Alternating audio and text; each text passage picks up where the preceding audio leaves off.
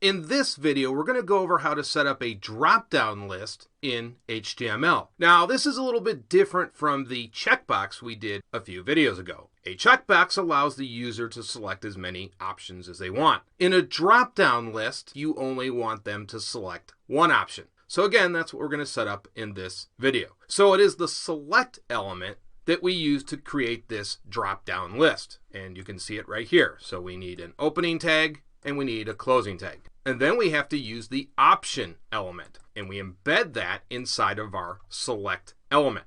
And we can put as many of these as we want, as many options as you want to present to the user. So again, these go inside of our select element. And again, the option tags will allow us to define all of the available options in this drop-down list.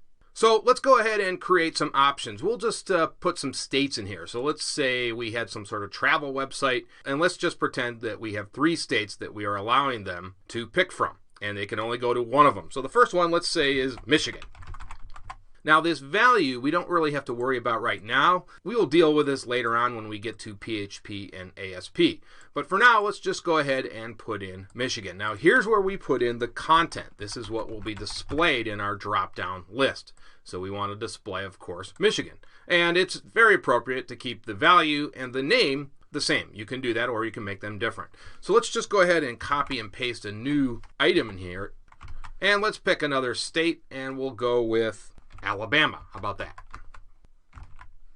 And to complete the process, let's do one more state. So we'll give them 3 options to choose from. And we'll make this North Dakota. So those are the 3 options they get. And we'll just copy and paste this in here again.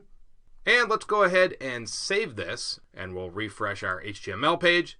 And if we hit our drop-down box here, you can see these are the 3 options that they get in our drop-down list. And again, they can only choose one. So let's say we choose Alabama, and there you can see only Alabama now shows up in the drop-down list. Now again, in a future video, probably in the PHP or ASP series, we'll develop a script that will actually take this and process it on a server. And we'll talk about that again in a future video.